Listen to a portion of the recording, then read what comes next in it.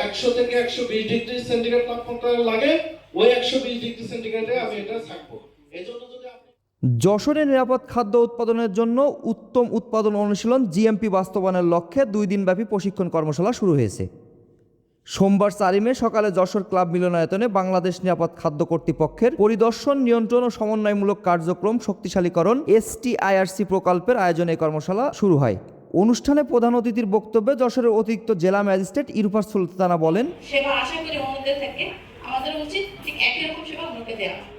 যেটা বললাম যে আমার সন্তান যেটা খেতে পারবে, আমার পরিবারের সদস্য যেটা খেতে পারবে, ঠিক একইভাবে ওইরকম পণ্য আমাকে দেওয়া উচিত, যাতে তারা সুস্থ থাকে, তাদের যাতে কোনো ক্ষতি না হয়।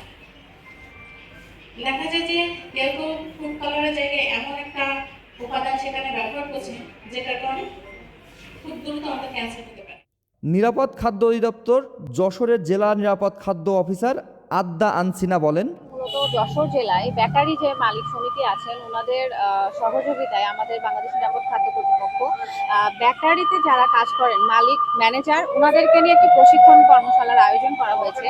এই প্রশিক্ষণের মাধ্যমে মূলত দেখা যাবে যে বেকারিতে ওনারা কিভাবে উৎপাদন থেকে শুরু করে নিরাপদ খাদ্য প্রস্তুত করতে পারে। যেমন বেকারি প্রোডাক্ট কিন্তু অনেক ধরনের আছে, বিস্কিট, পাউরুটি, তো প্রত্যেকটা প্রোডাক্ট শুরু থেকে শেষ পর্যন্ত কিভাবে নিরাপদভাবে উৎপাদন করা যাবে, মূলত আজকে সেটা সম্পর্কে ওনাদেরকে প্রশিক্ষণ দেওয়া হচ্ছে।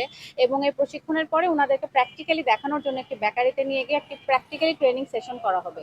আর যশোরে যেহেতু বেকারির একটি অনেক বড় সেক্টর আছে এবং আশেপাশে জেলাগুলোতেও এখানকার বেকারি থেকে খাবার গিয়ে পাঠানো হয়, তো আশা করা যায় যে এখানে যদি আমরা ওনাদেরকে কিছু শেখাতে পারি তো অনেকটুকু অংশ হয়তো বা নিরাপদ করতে আমরা সক্ষম হব। জাইকা STIRC প্রকল্পের ন্যাশনাল প্রোগ্রামার মোহাম্মদ মাসুদ আলম জানান, এই প্রোগ্রামটা আমরা মূলত করছি বাংলাদেশ নিরাপদ খাদ্য কর্তৃপক্ষের তত্ত্বাবধানে এবং জাপান সরকারের সহযোগিতায়, জাইকার সহযোগিতায় আমরা এই প্রোগ্রামটা করছি।